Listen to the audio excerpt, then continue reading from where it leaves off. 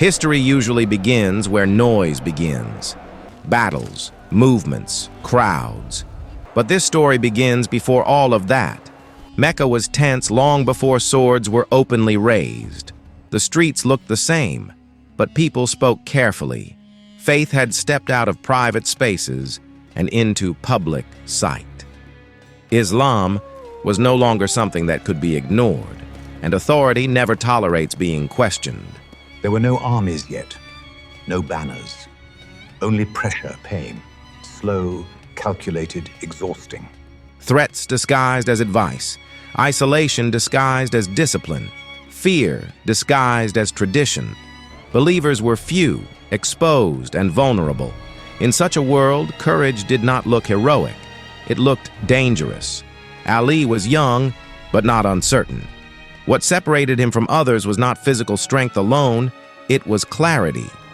Faith, once settled in his heart, was not something to negotiate with fear. At this stage, defense did not mean fighting. It meant refusing to disappear. And then the moment came when words stopped working. Mockery hardened into intent. Intimidation crossed into action.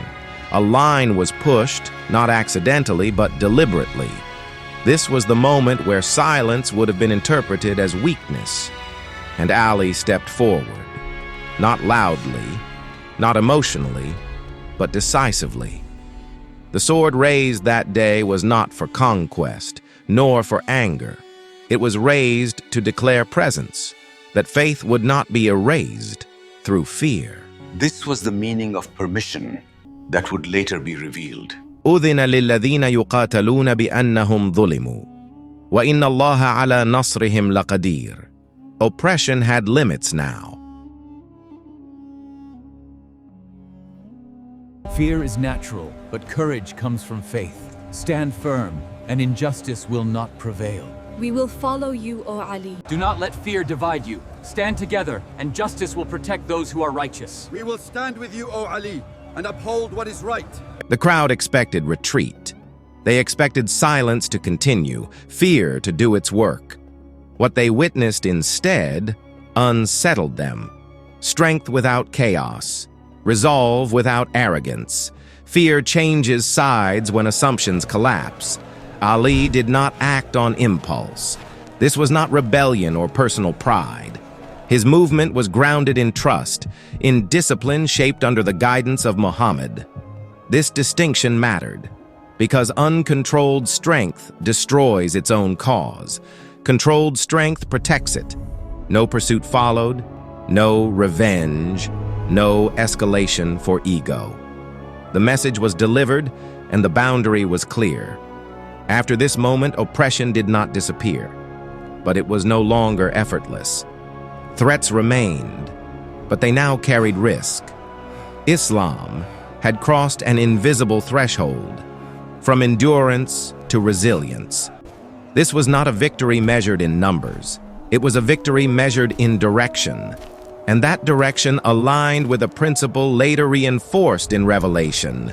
وَلَا تَهِنُوا وَلَا تَحْزَنُوا وَأَنْتُمُ الْأَعْلَوْنَ إِن كُنْتُم مُؤْمِنِينَ. Strength here was not domination, it was dignity.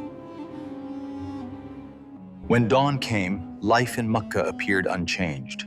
Markets opened, footsteps echoed, conversations resumed. Respect does not always come from agreement. Sometimes it comes from realizing boundaries. Those boundaries had been revealed without blood, without chaos, without spectacle. History often rushes past moments like this because they are quiet. There are no trophies attached, no celebrations recorded. Yet this moment established a pattern. Whenever intimidation sought silence, Ali's response was consistency. Whenever fear tried to dictate behavior, his answer was composure. This was not a single act. It was the emergence of a role. A protector without cruelty, a defender without excess, a presence that reminded others they were not alone. Faith here was not loud. It was steady. And steadiness reshapes environments.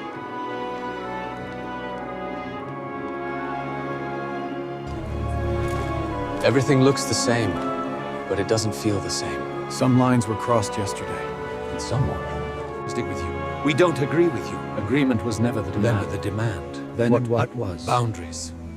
And the courage to respect them. They tried to silence us. Silence is not defeated by noise, Then by what? by consistency. And if fear returns? Then composure answers it again. Long before organized battles, before armies marched and names were written into history, the decision had already drawn the future's outline. A line was drawn tatum, quietly, firmly. The first sword was not raised to conquer territory. It was raised to protect meaning. That act declared something irreversible. Islam would not vanish through intimidation. Belief would not retreat into silence. Even when standing alone. This is why this moment matters. Because history is not only changed by those who move forward in crowds, but by those who step forward first without knowing who will follow. The legacy did not begin with victory. It began with presence. And once presence was established, everything that followed became possible. Standing here won't protect you. I am not standing to be protected. Then why reveal the blade? So it is understood clearly. Islam does not disappear through silence. Do you really think one man can stand against pressure? Standing alone is not weakness. Then what is this strength for? What if we remain silent? Then truth learns to hide. And if we stand? Then Islam is no longer just spoken, it becomes presence. It didn't begin with victory. It began with standing firm. The first sword wasn't raised to conquer, and it was raised to protect faith. And this was only the beginning. Because next time, the test wouldn't be in silence, and it would be on the battlefield.